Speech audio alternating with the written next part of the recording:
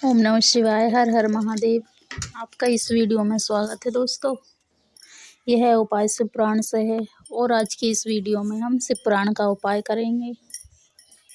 आज शुक्रवार का दिन भी है और जिसकी जो भी मनोकामना है, इच्छा है, पूरी नहीं हो रही है, कामना या कार्य सिद्धि के लिए जो भी मनोकामना है वह आपकी बहुत दिनों से लगी हुई है, फिर भी वह पूरी नहीं हो रही है, तो आज शुक्रवार के दिन 5-5 यानी 5-5 की संख्या में सामग्री लेकर इस उपाय को करेंगे, तो जिससे आपकी जो भी मनोकामना है, इच्छा है, कामना है, वह आपकी बहुत शीघ्र पूरी हो जाएगी।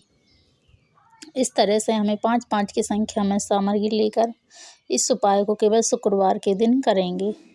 सबसे पहले हमें भोलेनाथ के शिव मंदिर जाना है और वहां जाकर इस उपाय को करेंगे। तो सबसे पहले 5 हरे मूंग के दाने, 5 बेलपत्र और 5 चावल, लाल चंदन और 1 लोटा जल, ये सभी सामग्री को लेकर हमें भोलेनाथ के मंदिर जाना है और वहां जाकर सबसे पहले हम 1 लोटा जल को भगवान महादेव के शिवलिंग पर कुंदकेश्वर महादेव के नाम से उस जल को धीरे धीरे समर्पित करेंगे। उस जल को समर्पित करने के बाद में उसके बाद भी जो भी सामग्री लेकर गए हैं, यानी रोली, चंदन, अक्षत, चावल, पुष्प आदि सामग्री को समर्पित करेंगे। जल चढ़ाने के बाद में भगवान भोलेनाथ का चंदन से तिलक किया जाता है। इसके बाद में भगवान भोलेनाथ का तिलक करेंगे। जो भी अन्न, अष्टगंध, पीला चंदन, लाल चंदन, इस तरह से जो भी सामग्री लेकर गए हैं वह सब भोलेनाथ को अर्पित करेंगे। इस तरह से भगवान भोलेनाथ को चंदन से तिलक करेंगे और उसके बाद जो भी सामग्री लेकर गए यानी 5 हरे मूंग के दाने, 5 बेलपत्र, 5 चावल के दाने, 5 लाल चंदन, इस तरह से जो भी सामग्री है वह भोलेनाथ को एक एक करके 5-5 की संख्या में सभी सामग्री को समर्पित करेंगे। अब जो 5 बेलपत्र लेकर गए हैं, 5 बेलपत्र को उसमें से एक एक बेलपत्र लेना है, एक एक बेलपत्र की संख्या में लेंगे, यानी 5 बेलपत्र लेना है और उसमें से एक बेलपत्र में 3 पत्तियां होती हैं। सबसे पहले एक बेलपत्र उठाएंगे, उसमें 3 पत्तियां होती हैं। उन्हीं 3 पत्ती के ऊपर लाल चंदन की 1 बिंदी लगाएंगे। एक बेलपत्री पर तीसरी 3 बिंदी लगाएंगे। ऐसे 5 बेलपत्री पर 3-3 बिंदी लगा देंगे। इस तरह से हमें लाल चंदन की बिंदी लगा देनी है 5 पत्तियों पर और बीच वाली पत्ती पर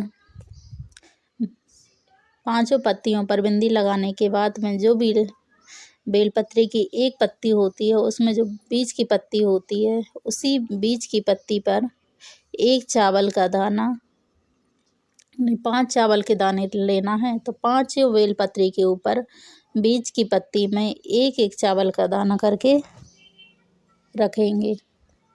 बीच की पत्ती में 1 चावल का दाना रख दिया, फिर दूसरी पत्ती में, तीसरी पत्ती में, इस तरह से 5 पत्तियों के ऊपर 1-1 चावल के दाने को रखना है। इसी तरीके से 5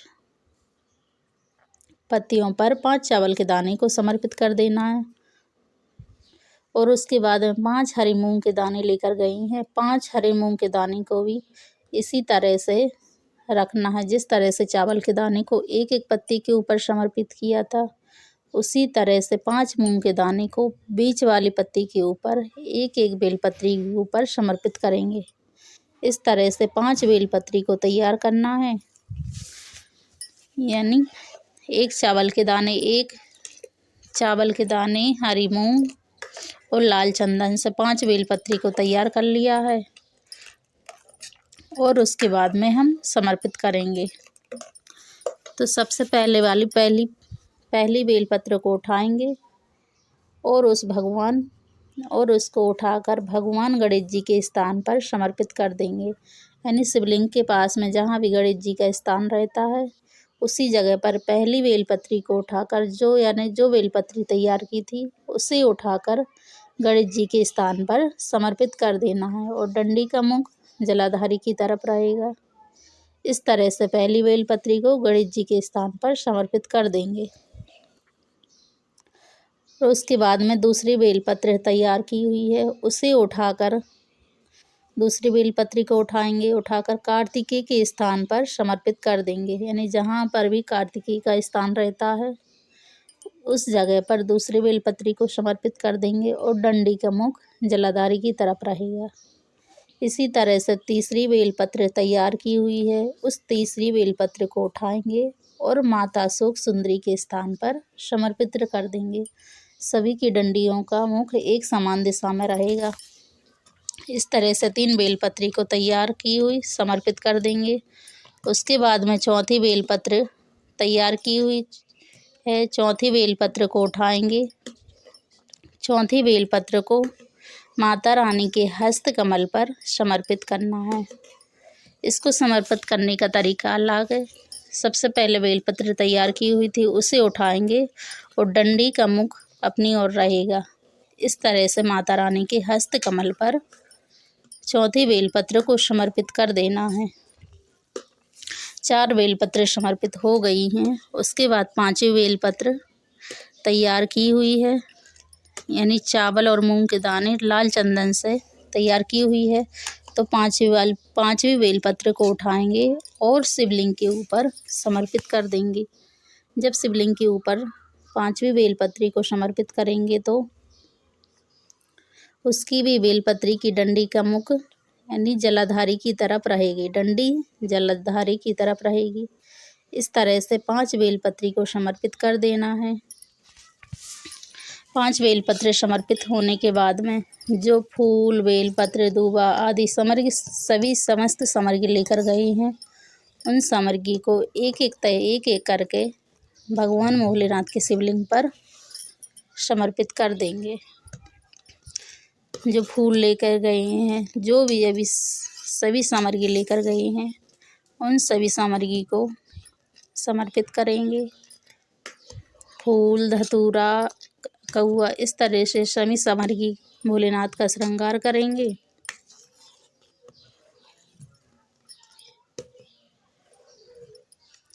इस तरह से धीरे धीरे सभी सामग्री को समर्पित कर दी है। उसके बाद में एक गोल बत्ती का दीपक तैयार करेंगे।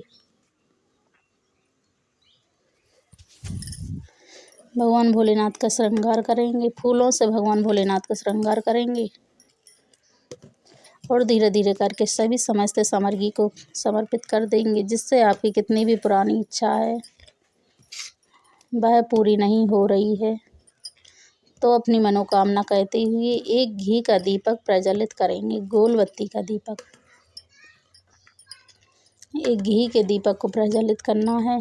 अपनी कामना कहते हुए जो भी मनोकामना है, इच्छा है, वह बोलते हुए एक घी के दीपक को जलाएंगे और भोलेनाथ की आरती पूजन करेंगे। जो भी सामग्री लेकर गए हैं और अपनी कामना कहते हुए एक दीपक को प्रज्वलित कर देना है और अपनी कामना करना है, मनोकामना जो भी पूरी नहीं हो रही है कार्य सिद्धि के लिए, उस दीपक को प्रज्वलित करके अपनी कामना कहते हुए वहीं पर रख देना है।